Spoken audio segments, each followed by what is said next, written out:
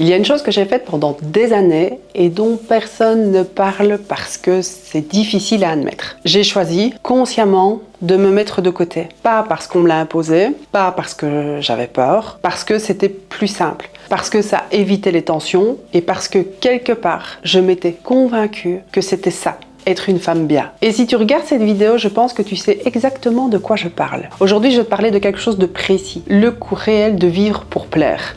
Pas le coût émotionnel, flou, qu'on ressent vaguement, le coût concret en énergie, en années, en argent, d'avoir construit ta vie autour du regard des autres plutôt qu'autour de toi. Et je vais te parler de ce qui change quand tu arrêtes ce fonctionnement. Je m'appelle Laurence Beckers, je suis ancienne expert comptable et conseil fiscal et aujourd'hui j'ai créé un programme d'accompagnement qui s'appelle Succès au féminin où j'accompagne les femmes à développer leur business, que ce soit en création ou en développement et en augmentation de leurs chiffres. Ma vie auparavant, c'était ça, avoir un bon poste, avoir une vie qui ressemblait exactement à ce qu'elle était censée être. Et c'est ça exactement le problème. Il y a un moment dont je me souviens très précisément. J'avais pris une décision, une vraie décision pour moi, pour ma carrière. Et la première chose que j'ai faite, avant même d'en être sûre moi-même, c'est de regarder autour de moi pour voir ce que les autres allaient en penser. Mon ex-mari, ma famille, mes collègues, mon ancien associé.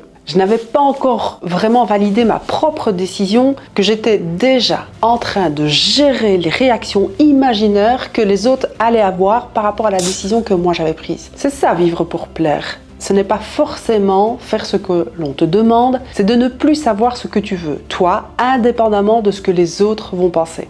Et moi, j'ai mis du temps à voir ça. Parce que de l'extérieur, je faisais des choix, j'avançais, je progressais, mais à l'intérieur, chaque décision était quand même filtrée par une question que je ne me posais même plus consciemment. Est-ce que ça va déranger quelqu'un? Or, je ne supporte pas déranger les gens. C'est pour ça que je voulais faire cette vidéo et vous parler du regard des autres parce qu'il peut avoir un pouvoir important sur vous. Alors, le premier truc que j'ai envie de te dire, c'est que la conformité ne ressemble pas à de la conformité quand tu la vis de l'intérieur. Ça va plutôt ressembler à de la sagesse. Tu te dis que tu fais les choses dans l'ordre, que ce n'est pas le bon moment, que tu dois d'abord stabiliser ceci ou ça, que les autres ont besoin de toi, que ce serait égoïste de tout chambouler dans la vie.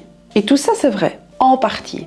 C'est ce qui rend ce mécanisme si difficile à voir. Il y a toujours une bonne raison de se mettre de côté. Toujours. J'ai accompagné une femme, pour la vidéo, on va l'appeler Sophie. Elle était depuis une bonne dizaine d'années dans une entreprise. Bon, elle y était rentrée par opportunité et c'est pas quelque chose qu'elle avait vraiment choisi. Maintenant, l'opportunité était belle, le poste était attractif et quand elle a pensé ou évoqué changer de travail, il y avait toujours quelque chose qui se passait. Soit elle avait une promotion, soit il y avait un projet intéressant qui arrivait ou elle traversait peut-être une période plus compliquée dans sa vie. Quand elle est venue me voir, elle m'a dit « je ne sais pas si je veux vraiment changer ou si j'ai peur ». Et je lui ai posé une seule question. Si personne ne savait que tu avais quitté ce poste, ni ta famille, ni ton conjoint, ni tes collègues, ni tes amis, qu'est-ce que tu ferais? Là, elle a eu les larmes aux yeux parce qu'elle savait exactement ce qu'elle ferait. Et que la seule chose qui l'empêchait de faire ce qu'elle voulait vraiment à l'intérieur, c'était le regard de l'autre. Et c'est ça que ça coûte, la conformité. Pas des grandes choses spectaculaires, les petites décisions quotidiennes qui s'accumulent. Et au bout de 15 ans, tu regardes derrière toi et tu réalises que tu as construit une vie si bien rangée, mais qui n'est pas la tienne. Le deuxième point, et c'est là que ça devient vraiment inconfortable, c'est plaire à un coût réel financier et direct. Et je parle pas de façon métaphorique, je parle vraiment de chiffres. Quand tu restes dans un poste qui ne te correspond plus, parce que tu as peur de ce que les gens vont penser si tu pars, tu perds de l'argent. Pas de la même façon qu'une mauvaise dépense, mais tu perds les revenus que tu aurais pu générer si tu avais fait le mouvement 2 ans plus tôt, 3 ans plus tôt. Quand tu fixes tes tarifs en dessous de ce qu'ils devraient être parce que tu as peur qu'on te trouve prétentieuse, tu perds de l'argent. Quand tu n'oses pas lancer ton offre parce que tu attends d'être parfaite et que parfaite signifie en réalité inattaquable par les autres, tu perds de l'argent. La conformité, c'est peut-être la chose la plus coûteuse qu'une femme puisse choisir et personne n'en parle comme ça. J'ai une cliente qui est thérapeute. Elle est compétente, elle a des années d'expérience et elle voulait créer une offre premium, un accompagnement sur plusieurs mois à un budget de pratiquement 3 000 €. Quand on a fixé l'objectif ensemble, c'est limite s'il n'y avait pas une excuse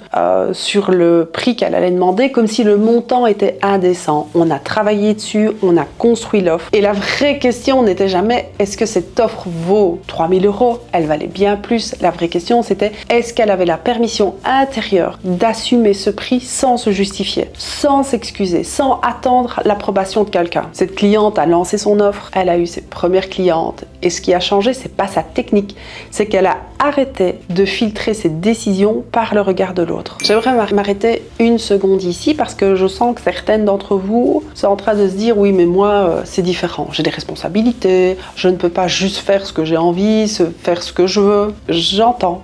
Et je vais te dire ce que je dis à toutes les femmes qui me disent ça. Avoir des responsabilités et vivre pour les autres, ce n'est pas la même chose. Tu peux être mère, conjointe, fille, collègue et quand même faire des choix qui sont les tiens. Ce n'est pas de l'égoïsme, c'est ce qui te permet de rester entière, de rester qui tu es. Et une femme, quand elle est entière, elle est infiniment plus utile aux gens qu'elle aime qu'une femme qui est dissoute dans leurs besoins. Ce que tu sacrifies pour plaire, tu crois que tu le donnes aux autres. En réalité, tu le perds. Eux ne le reçoivent pas vraiment et toi, tu n'as plus rien. Alors, qu'est-ce qui change quand tu arrêtes ? La première chose qui change, c'est la clarté. Quand tu enlèves le filtre, qu'est-ce que les autres vont penser, les décisions deviennent beaucoup plus simples. Pas plus facile à assumer, plus simple à identifier. Tu sais ce que tu veux, tu l'as toujours su. C'est juste que le bruit autour te l'avait rendu inaudible.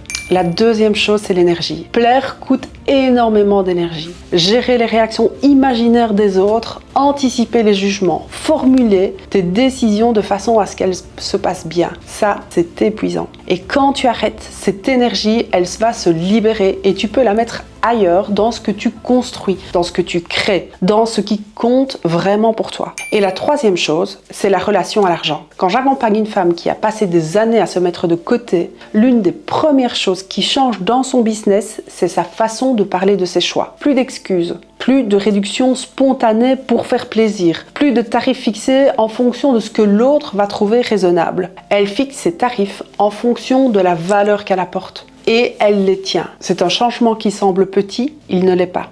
La conformité ne te protège pas, elle te coûte. Elle te coûte des décisions, elle te coûte des revenus, elle te coûte des années. Et le plus insidieux, c'est qu'elle se déguise en prudence, en altruisme, en sagesse. Elle note des noms très acceptables. C'est pour ça qu'elle est si difficile à voir et si difficile à quitter. Mais tu peux la quitter, pas dans une grande décision héroïque, en commençant par une seule question. Chaque fois que tu dois faire un choix, est-ce que je fais ça parce que c'est ce que je veux ou parce que c'est ce qui va déranger le moins de monde ? Juste cette question, régulièrement, tu verras, ça peut tout changer.